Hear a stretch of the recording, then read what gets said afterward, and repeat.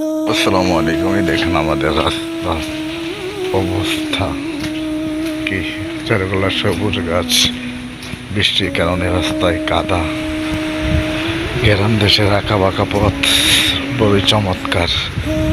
যে এই দৃশ্যে আমাদের সব কিছু মন ছুঁয়ে যায়। সুন্দর চমৎকার একটি কাদা, বৃষ্টি, আকাশ সারাদিন টিপ টিপ করে বৃষ্টি পড়েছে। এই মানে পড়ে যাচ্ছিলাম।